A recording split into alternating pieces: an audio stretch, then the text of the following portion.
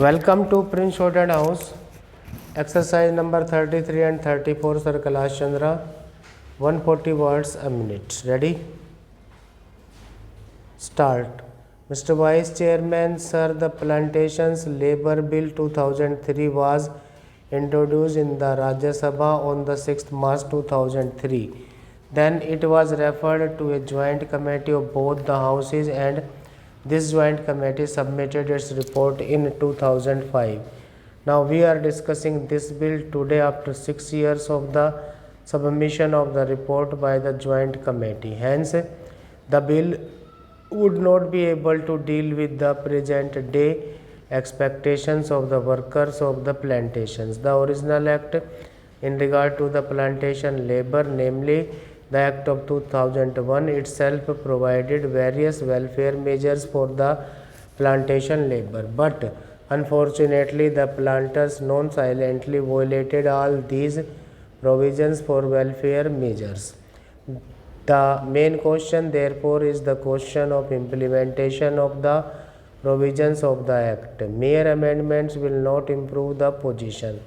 There is no provision in the present bill also as to how these measures, these provisions can be implemented and what the government is thinking in terms of implementing these provisions. In most cases, even the government officials who are deputed for the purpose of inspecting the gardens, they themselves side with the planters. If government officers themselves side with the planters, where is the remedy? Hence, we should devise ways and means and adopt measures so that the provisions which are made in the Act and the bill, the present bill, are implemented properly. Sir, the provisions in the present bill fall short of the expectations of the working population in the plantations. In the present bill, it has been suggested that the acreage of the plantations in regard to which this act will be applied will be reduced to 5 hectares. But this is also not sufficient, because under this also the owners, the planters, will take shelter and many of the plantations will still remain uncovered. This should be further reduced to 2.5 hectares. So far as compensation for house collapse is concerned, it has been said here that at the occupant of a house is directly responsible for the collapse, he will not be entitled to compensation.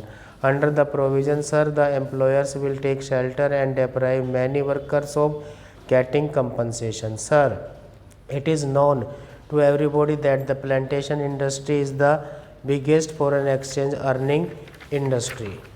The productivity of the industry in India can increase only if the labor are contented. Contented labor alone can improve the efficiency and productivity of the plantation industry. So, the need of the hour is not to bring such piecemeal legislation. What is needed today is a comprehensive bill which should deal with all aspects of the working conditions of the plantation labor. The need of the day is to introduce such a bill where workers will have full participation in managing the gardens, and this plantation industry should be nationalized immediately. Sir, Assam is one of the most important tea producing states in the country. There, formerly the tea gardens were owned by the Britishers. Now, the Indians have purchased those gardens. After these gardens have gone to the hands of the Indian planters, the situation has not improved, rather,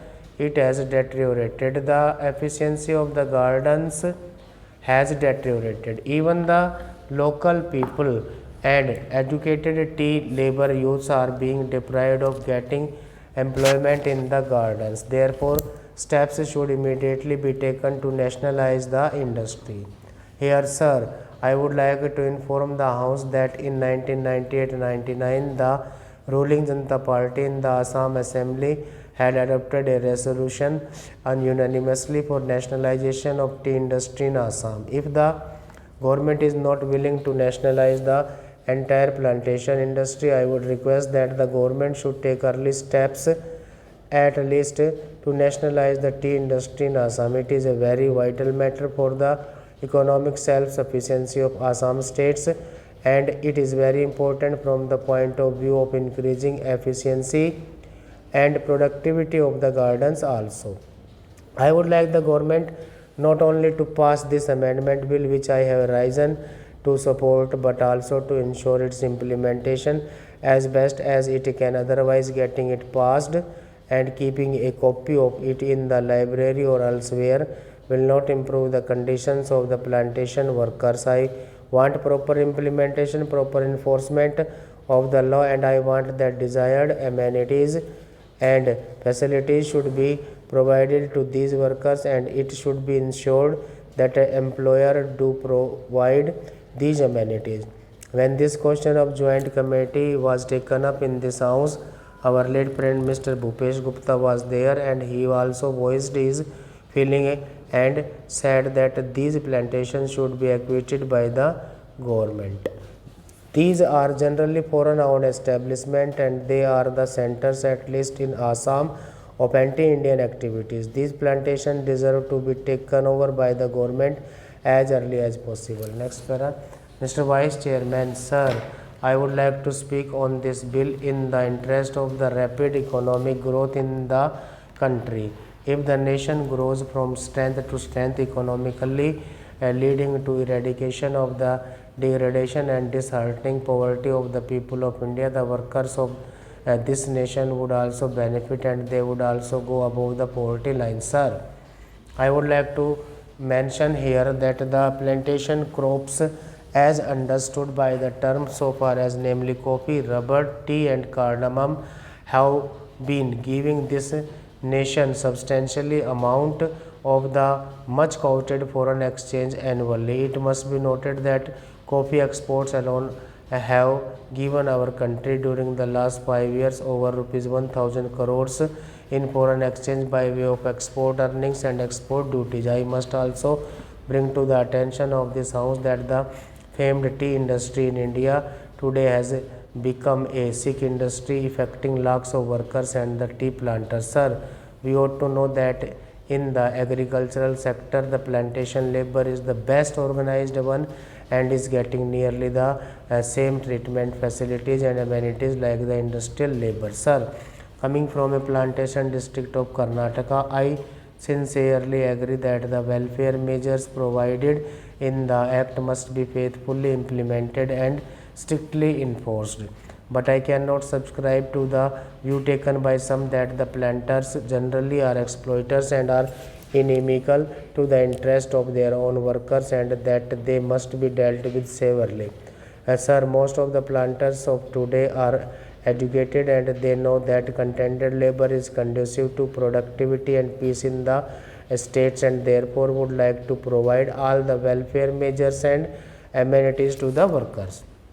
Sir, I would like to point out some of the very draconian, discriminatory and invidious urban directed amendments made in the Plantation Labor Amendment Bill 2013. Sir, the Plantations Labor Act is sought to be applied now even to holdings of 5 hectares and above employing 15% and more.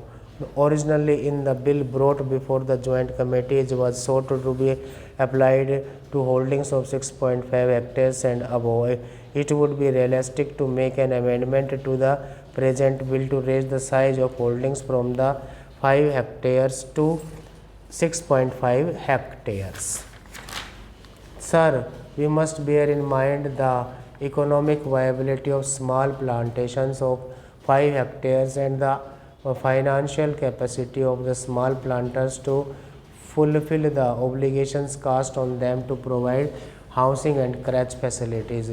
Those small planters in some cases are unable to provide themselves with house and medical care as good as those intended for their workers in the bill. I am sure that good many small holding will go into liquidation, unable to bear the burden when the prices fall, as in the case of tea today. I would emphatically say that clause 13 is not only draconian but discriminatory, and it is most harsh and killing to the farming community of India, whose hand, feed and clothe the people poor and rich. Sir, I strongly feel that the punishment with both compulsory fine and imprisonment is too severe for violation of a welfare legislation covered by the Act.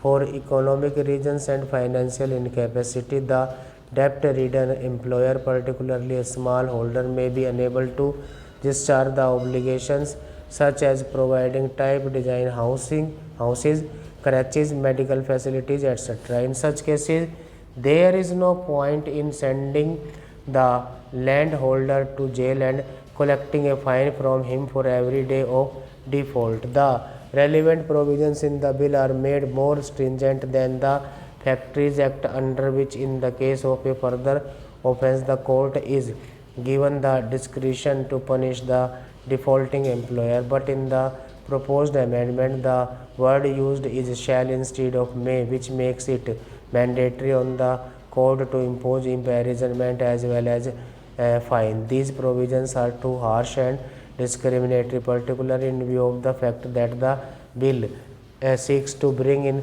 farms of 5 hectares, which are in the nature of peasant holding under the scope of the Act. Sir, I would like to ask the government of the people, for the people, and by the people, in the name of the farmers of India, why it wants to treat a farmer as a criminal and to be imprisoned for such an offence, while it does not do so for a factory owner of a city.